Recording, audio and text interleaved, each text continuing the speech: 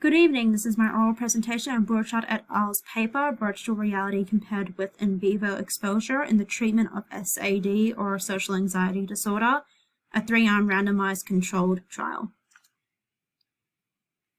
In this paper, Burchard et al. Discusses the effects of social anxiety disorder or SAD as a mental health condition that causes apprehension, emotional distress, and self-consciousness in either anticipated or actual social situations. SAD can either be limited to specific situations such as public speaking, or it can be more generalized, the most commonly avoided scenarios being parties, using public restrooms, and speaking up in class or in meetings.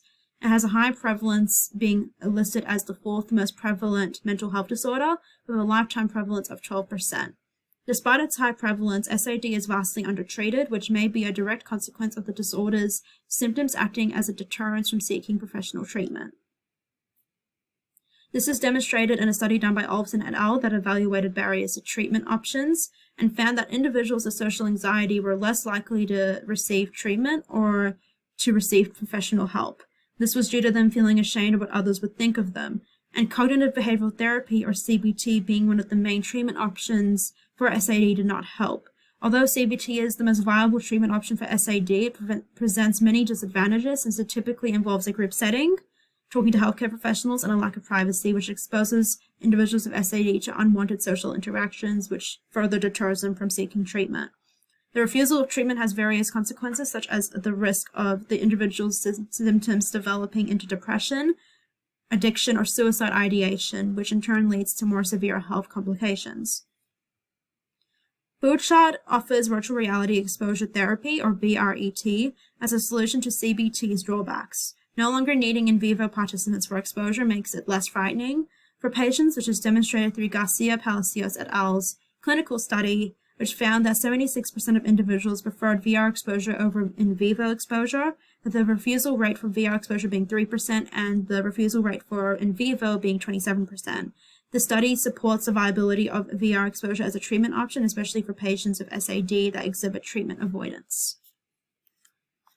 Limitations for VR as a treatment option is the requirement for more complex scenarios and cues compared to other VR scenarios that pertain to certain phobias such as flying or arachnophobia.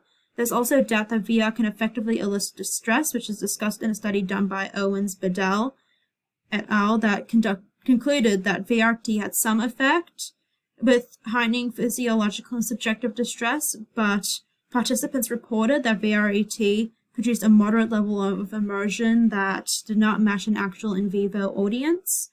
Despite this, Burchard maintains that VR is a viable option for CBT treatment and may be a more attractive option for individuals suffering of SAD. The aim for the study was to determine whether VR exposure in CBT was more effective in exposure therapy than in vivo, and whether the gains from VR exposure in CBT could be maintained.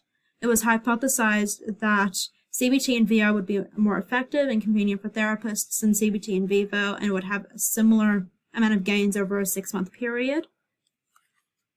Patients with SAD were assigned to one of 3 conditions: in vivo, in virtuo, or a waiting list.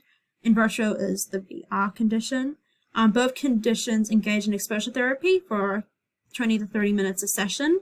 The in vivo exposure included role-playing and guided exposure therapy, and the in virtuo exposure included talking to an audience, a job interview, talking to relatives in an apartment, and acting under scrutiny of strangers in a coffee. And they faced criticism in 2 situations, one being unfriendly neighbors and the other refusing goods from a store. Participants were French-speaking men and women aged 18 to 65 years old. They had to have a primary DSM-5 diagnosis for SAD for at least 2 years. They were recruited via referrals from newspapers and university networks, and they were interviewed using a structured clinical interview for the DSM-5, and all diagnoses were confirmed by a second assessor. The exclusion criteria were individuals with schizophrenia, psychosis, bipolar disorder, a history of seizures, and SAD being secondary to another DSM-5 diagnosis. This was due to, again, the experimenters not wanting there being any compounding variables. The results confirmed that both hypotheses, conducting CBT in virtual was more effective and practical for therapists than in vivo exposure, and all gains were maintained at the 6-month follow-up, with VR being more effective than in vivo post-treatment. Results support what has been found with other anxiety disorders. The quality of the therapist-patient alliance was not different between the two active conditions.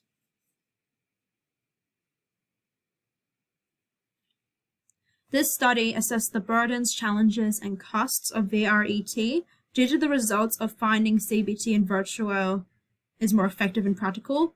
For therapists, it may overcome the initial reluctance that therapists have in relation to VRT due to the study showing that it is useful. The technology of VR is constantly improving and it's becoming less of a hassle to implement, so there should be an increase in the acceptance of VR technology being used.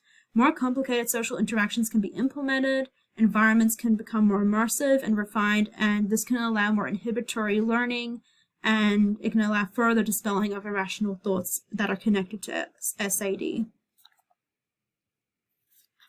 The limitations of the study are the lack of clinical evaluations by independent assessors, which could threaten the validity of the test. The second limitation was that CBT was only studied in an individual format, despite the group format being more widely used. So we don't know the comparison between virtual group therapy and in vivo group therapy. However, VR is still more enticing to individuals that want to avoid social situations or want strict confidentiality in relation to their disorder.